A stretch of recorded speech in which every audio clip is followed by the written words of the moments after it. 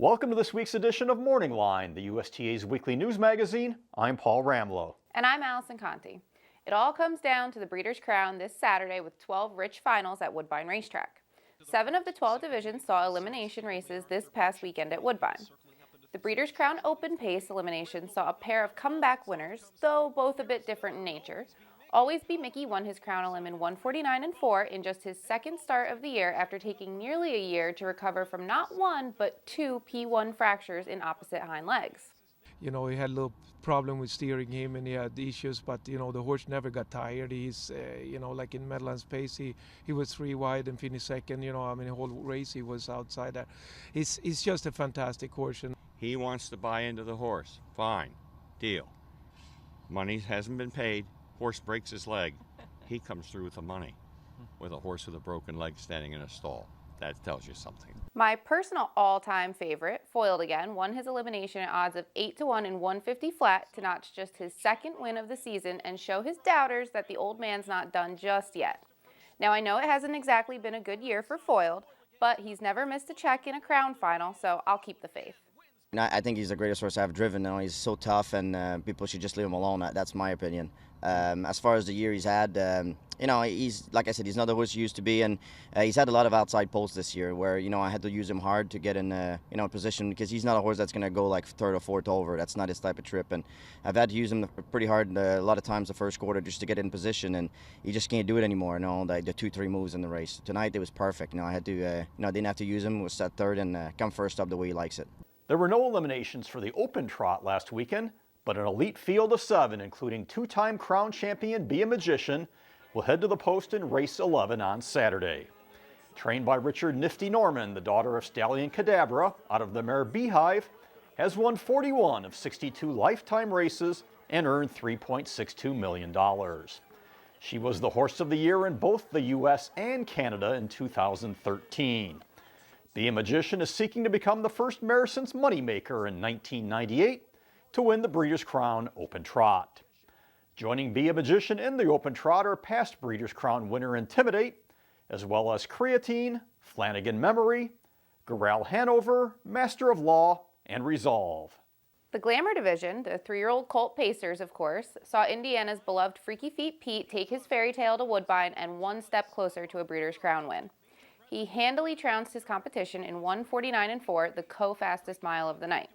We've always liked him real good, and we've always been high on him, and we figured he could if we give him a chance, so we're just going to give him a chance tonight. And then Art Speak followed up his Lexington comeback by growing wings in the stretch, blowing by the field, and nipping Wakizashi Hanover on the wire with his wicked 26 flat final quarter.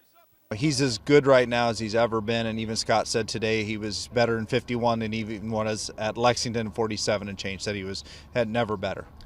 The 3-year-old filly pace eliminations were won by Ontario pacing Queen Solar Sister and late blossoming Divine Caroline.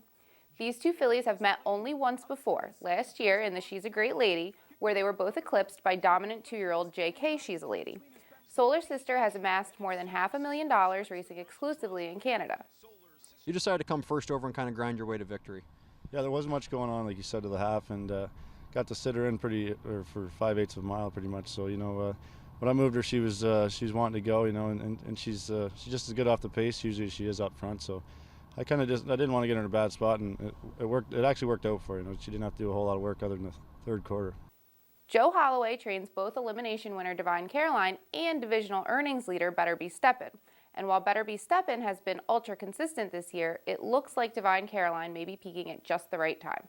Always seems to be hitting the board. Doesn't always win, but she's always right in the thick of things. Well, that's it. Even during the year, she just, she wasn't winning, but she wasn't getting beat by much. A length and a half, being third, stuff like that. And she seemed to put it together here as of lately. The 2-year-old pacing colts contested a pair of eliminations last weekend, with Control the Moment and Racing Hill emerging victorious. Control the Moment remained unbeaten, now 8 for 8 lifetime, when he won his Breeders' Crown elimination with driver Randy Waples in 152-1. Pretty Boy Hill held for second, with Betting Line closing for third. Brad Maxwell trains and co-owns the son of Well Said. Racing Hill won his 3rd consecutive race in the 2nd Breeders' Crown elimination for 2-year-old pacing colts. Driven by Brett Miller for trainer Tony Alanya, Racing Hill made a move in deep stretch to overtake Spider-Man Hanover and win by 2 3/4 lengths in 152. Boston Red Rocks, dismissed at 23-1, finished second, while Spider-Man Hanover, who led from the half-mile pole and into the stretch, was third. The 2-year-old filly pace is topped by limb winners Pure Country and Yankee Moonshine. Pure Country, a daughter of 2008 Horse of the Year Some Beach Somewhere, is a perfect 9 for 9 for trainer Jimmy Takter, including an easy 2 3/4 length win last week in 152 3. Yankee Moonshine, a Ron Burke trainee, took her a limb by 2 lengths in 153 4. This week's tweet of the week comes from Dr. Patty Hogan, showing just how far Always Be Mickey has come on his road to recovery. At Hogan Equine tweeted, "Proof advances in vet med can result in great things. Always Be Mickey coasts and crown a limb after 2 limb fractures, 8 screws. And check out the pictures to prove it." Thanks to Dr. Hogan and Mickey's patient connections, it looks like we harness fans will be able to enjoy watching Always Be Mickey full force in the Breeders' Crown. Our sound off on social question, of course, has to do with the Breeders' Crown. Very rarely does it look like Pinkman is totally dominant, but he is. He always seems to get the job done, never mind by how much. So I want to know what you think. He's a heavy favorite in the Breeders' Crown 3-year-old colt trot, but are you tempted to bet against him? Let us know on Facebook and Twitter at US Trotting if you'll be using someone else on your tickets and who for a chance to win some Breeders' Crown swag. And don't forget to check out all the contenders on the Harness Racing Fan Zone and join the conversation using the hashtag Crown15.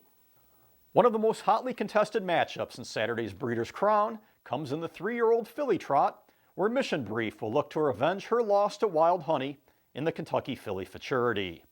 In this week's edition of Paul's Paddock Picks, I'll take a look at that race. Mission Brief heads to the Breeders' Crown having won 8 of 11 races this year and earning more than $830,000. The Ron Burke-trained Mission Brief, a daughter of Breeders' Crown champions Muscle Hill and Southwind Serena, has won 17 of 24 races and banked $1.42 million lifetime. Mission Brief drew the outside post in the 7-horse field with Yannick Gingras down to drive. Despite that post, I think she will get back on the winning track. Wild Honey, meanwhile, starts from post 3 with Hall of Famer John Campbell driving for trainer Jimmy Takter. She has won the Hamiltonian Oaks this year, in addition to her upset of Mission Brief in Kentucky. The winner of $1.2 million lifetime is my pick to finish second in Saturday's Breeders' Crown. For show, I am going to go with another Takter trainee and Speak to Me. She was 4th in the recent Kentucky Filly Futurity and has hit the board in 9 of 13 starts this year to go along with a Grand Circuit win in a Buckette division at Delaware. So in the Breeders' Crown 3-year-old filly trot, I'm going with Mission Brief to win, Wild Honey to place, and Speak to Me to show. That'll do it for this week's edition of Morning Line. Thanks for joining us, and tune in next week for all your behind-the-scenes harness racing action. Including a recap of the Breeders' Crown Finals, which I'll be covering at Woodbine Racetrack, and a look ahead to next week's stakes action at Hoosier Park. We'll see you next week on the Morning Line.